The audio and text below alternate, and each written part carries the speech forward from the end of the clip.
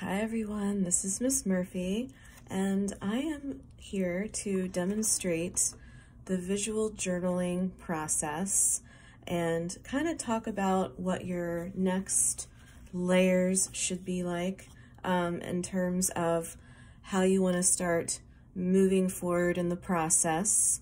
But first and foremost, what I want to say about visual journaling and what you're doing on this page is really something that should be intuitive, meaning that you're kind of going with your instincts and really seeing where the process takes you. So even though you did some sketches and even though you had some ideas that you already generated, the next, process in the visual journaling stage is to really kind of let your creative instincts go. Because as you know, a journal is really, when you're doing a written journal, it's really just a very personal exploration. It's something that you are exploring, your thoughts, your feelings, your emotions. And with visual journaling, you really want to let this creative process guide you. So that being said, I have already started. This is my first layer. I actually have a couple layers in here. I have at least two. So I started with a watercolor background, then I'm building up with some gesso that I have, acrylic gesso. So I did say that you could use whatever materials you happen to have at home. So if you don't have these things, it's okay. You can just stick with watercolors and pens. I'm just showing you what materials that I'm using. I have my glue stick. I am using some of my own acrylic paint here, and I have my brushes ready and my water, so that I can kind of, see where this next layer takes me. I already have some paint poured out.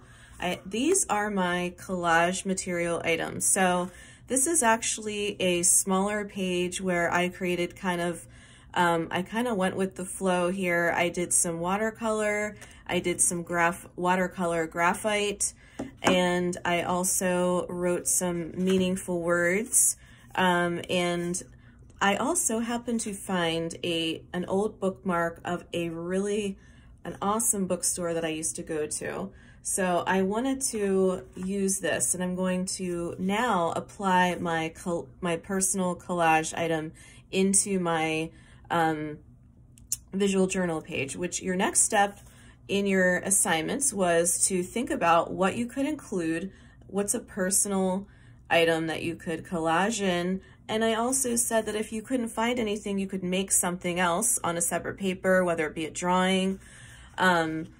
If you have any natural materials or natural found objects that you could use to also include into your visual journal, anything you had. I said you could have torn up photographs, maps, anything that's personal, maybe like your old journal pages, any like written words or quotes that you want to do on a separate paper and tear up and add onto your visual journal. So I'm going to add this, but I want to tear it up and I'm not just going to glue it down.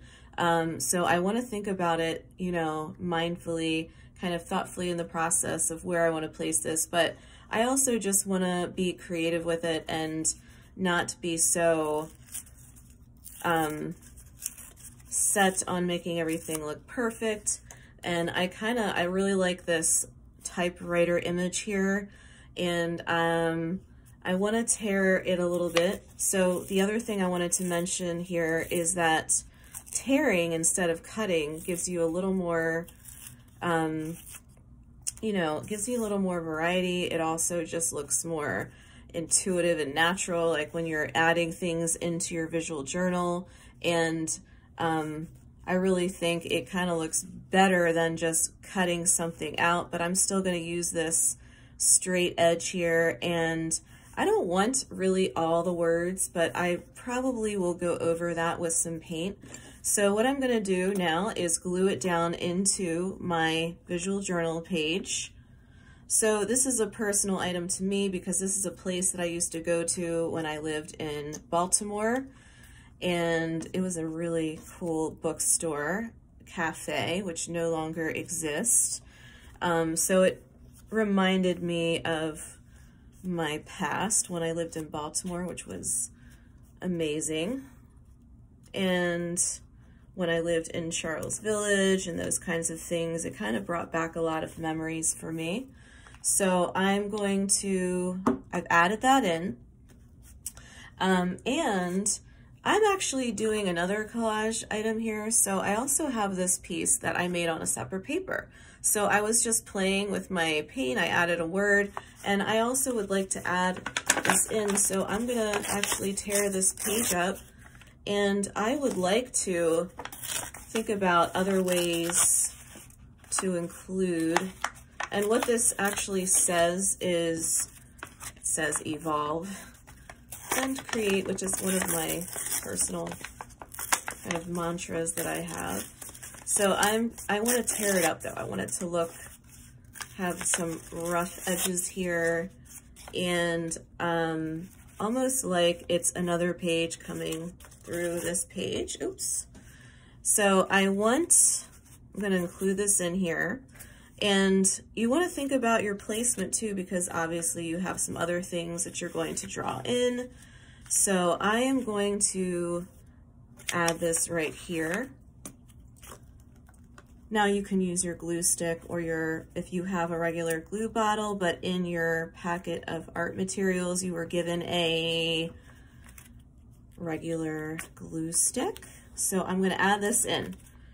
So the one thing a couple things I wanted to talk about here were just going into your instincts here, you know, getting a little free form, not making everything so super organized and, you know, dividing the page in equal parts and things like that, because really you want to make sure that you're kind of instinctively going into this process. You know, you're just exploring your emotions along the way. And sometimes what I find is even like my leftover torn paper or pages, like I have this left over. So I think I'm actually going to add this in as well. And then the other part of this is really making it look like one whole page, like it's, you know, giving it a sense of unity. So I'm going to start adding my next layer after this. The other thing I'm going to do is add some more drawing into this before I go on to my next layer. And one thing that I was thinking about as far as one of my visual ideas, and this is a charcoal pencil that I have, so whatever you want to use in this, I had the idea of adding the roots of a tree. So I'm now, and I'm kind of moving quickly here. So I'm going to add a little bit of it right now because I am going to go back into this.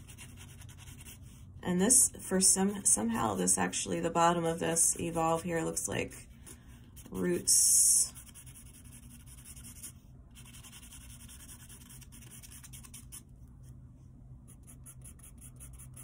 So I'm just going to draw some things in before I actually add my next layer of paint.